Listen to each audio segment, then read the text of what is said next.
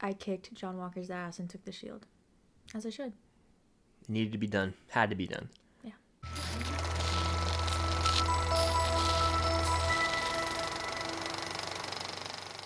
What's going on, guys? I'm Chris, and welcome back to another video. Today, episode 2 of the Falcon Winter Soldier just dropped, so we're going to be doing our spoiler review, spoiler thoughts. I might be wearing this shirt every single week. We'll see. Someone keep a tally. Even though I have like 8 shirts that he could wear. We have watched the episode 2.5-ish times now, so we're here to give you our full in-depth spoiler thoughts. So if you haven't seen the episode, go watch it. Come back here. Spoilers in 3, 2, 1. Cam, what do you think of the episode? I loved it. You loved it? On that, I feel like there will never be an episode that I don't love. Initially, when I watched it, the power went out. The power went out during our live stream, so it kind of like threw me for a loop. It hindered After that, I was like not focused because I know that the Wi-Fi and technical difficulties was messing with everything. It hindered your On rewatch, I experience. thoroughly enjoyed it, and I did the first time, but my complaints were fixed. For example, the only real issue I have, and then we'll get into kind of the synopsis, is the Flag Smashers as villains. I'm still trying to figure out what exactly their relevance is. I don't want them to fall in line with the basic MCU villains, the weak villains, a lot of times in the MCU. Because right now it's just like, oh, super soldier serum. I want more. I want to figure out who the head is, the behind the scenes of everything, like the head of these people. I was explaining to Chris that like you're not really supposed to care too much about like all 8 of the Flag Smashers. The only one that we should really like care or like pay attention to right now is Carly, which is the little redhead girl. She's the one that's most important. She's the only one that has a name. She's the one in charge. She's the one that's getting cryptic texts.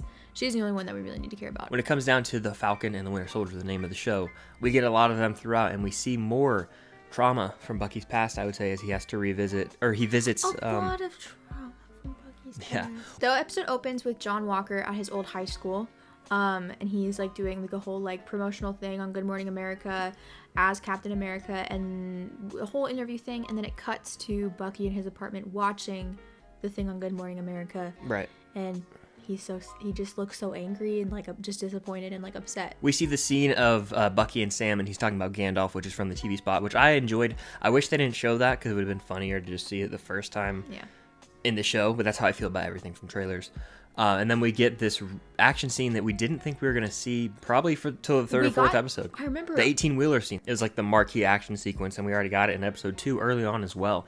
And we see Bucky hauling ass, which I know that you pointed out is very cool. And we get that banter between Sam and Bucky, which I thoroughly enjoyed, where he's talking about there's only 2 of them. No, there's 8. There's a hostage. Yeah. Like, it was just great stuff. And then, of course, John Walker hops in. What's up? Before you get to that, White Wolf, name drop. Yeah, we did. That was a big deal. I freaked out. He was like, you come out of Wakanda and all of a sudden you're White Panther. And he was like, it's White Wolf, actually. I was like... But yeah, John Walker shows up and he's just an a-hole the whole entire time. I don't really like him. And I was so confused at first. I was like, are we supposed to like this guy? Like, when they showed that opening scene, I was like, are we supposed to like this guy? And then it's revealed throughout the episode he's just a total a-hole. I don't even care if the show is trying to make me like him. I will not like him. If I wanted a Captain America to be alive, I would have asked them to keep Steve alive. I don't think we're supposed to like him at all. Especially towards the end of the episode when he just makes smart-ass remarks. I have a couple of things to say about Mr. John Walker. First of all, stop saying Bucky's name. I don't know if anyone else caught on to this. I don't know if it's just me. And maybe it's just because we never hear anybody really say Bucky's name ever in the MCU, so it's just kind of throwing me off. But in the episode, Walker says, like, he either says it or he addresses Bucky by his first name at least like 5 or 6 times. He's like, Bucky, Bucky, Bucky. It's just way too much. He never says Sam's name. He doesn't say Sam's name at all, or maybe like at least once, but it's a lot of name dropping for Bucky. And then what really rubbed me the wrong way, when they're getting Bucky out of jail because he was just arrested, John Walker literally goes, he's too important of an asset to be locked up, and the only people that have ever called Bucky an asset is Hydra. And I did not like it. I'm not saying I think John Walker is Hydra because like whatever, but I just don't like it.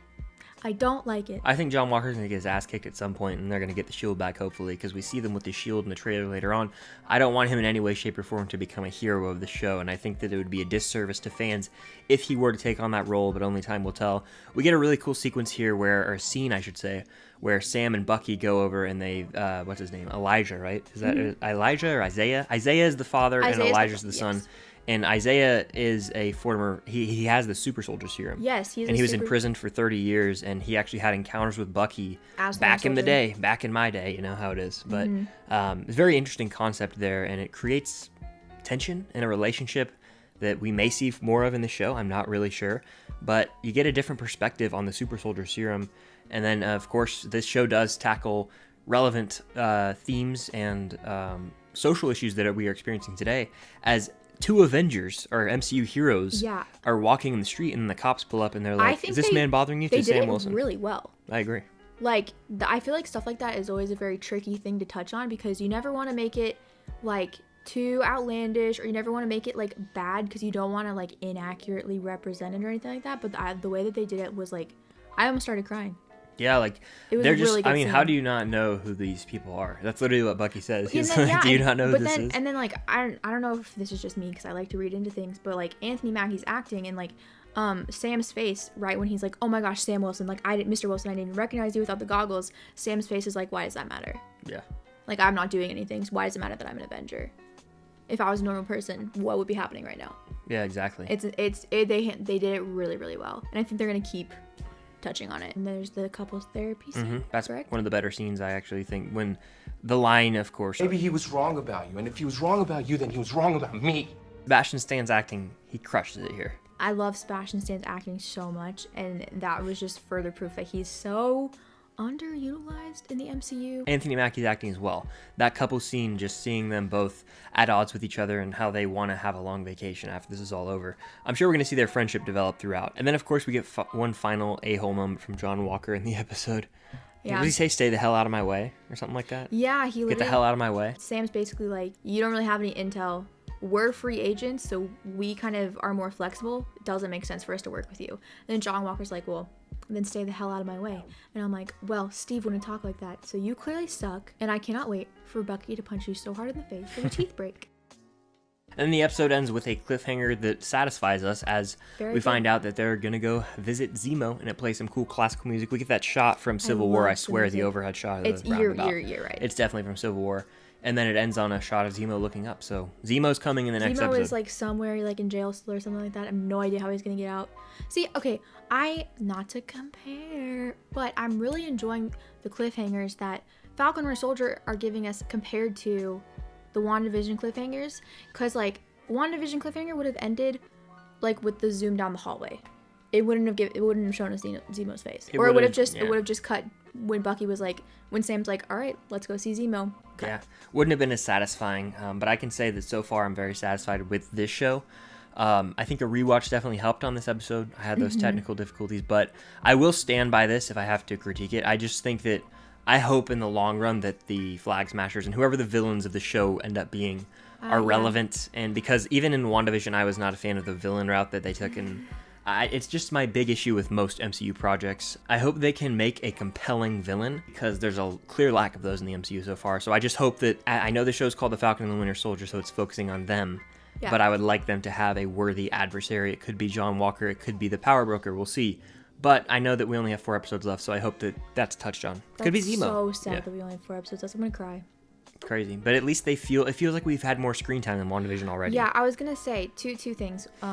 Because you kind of said 2 different things. Number one, I feel like rewatches really help in terms of Falcon or Soldier, like before you like have a solid opinion on it. Because for WandaVision, the episodes were really only like 20 minutes long. Yeah. And that's like way easier to pay attention to everything in 20 minutes versus like 50 minutes. The episode's 50 minutes long, and when you're hosting a live stream, the chat can have spammers in it. You have to, and like the end credits for Falcon and Soldier are only like what, 7 minutes, so there really is like a 50 minutes. Yeah. There's no way that you're gonna catch everything in 50 minutes. There's no way you're gonna remember every bit of dialogue in 50 minutes.